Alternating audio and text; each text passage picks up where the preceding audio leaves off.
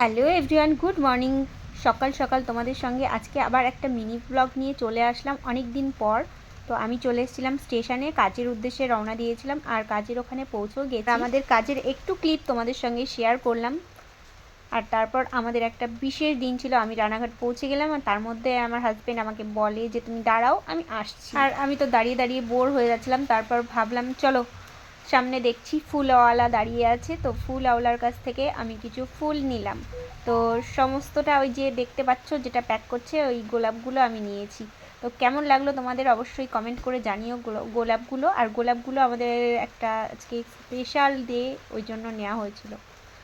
আর আমাকে অনেকক্ষণ ধরে দাঁড় করিয়ে রেখেছে, তারপরে আসলো। তার জন্য আমি একটু বকাবকি করছিলাম যে কেন আমাকে দাঁড় করিয়ে রেখেছো, এত সময় মশার কামড় খাচ্ছিলাম। আর তার মধ্যে বাইক নিয়ে আমরা বেরিয়ে পড়লাম বাড়ির উদ্দেশ্যে। আর এই যে সেই রথতলার গেট পার করলাম আর তারপরেই গেটটা পড়লো। তো চলো, আজকের মতো টাটা, গুড নাইট সবাইকে। সবাই খুব ভালো থেকো, সুস্থ থেকো। আবার দেখা হবে নতুন কোনো ভ্লগে।